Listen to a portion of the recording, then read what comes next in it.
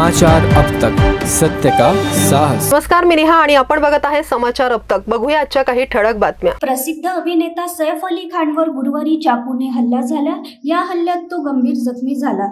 त्याच्यावर लीलावती रुग्णालयात उपचार सुरू आहे। या प्रकरणावर मुख्यमंत्री देवेंद्र फडणवीस यांनी प्रतिक्रिया दिली आहे। नागपूर येथे कार्यक्रमानिमित्त आले असताना फडणवीस यांनी माध्यमांशी संवाद साधला। पोलिसांचा तपास हा योग्य पद्धतीने सुरू आहे। त्यांच्या जवळ अनेक पुरावे आहेत। या संपूर्ण प्रकारावर पोलीस लक्ष ठेवून आहेत। तसेच आवश्यक त्या सर्व बाबींचा तपास सुरू आहे। लवकरच पोलीस या प्रकरणात अंतिम निकालावर जाणार असेही त्यांनी सांगितले।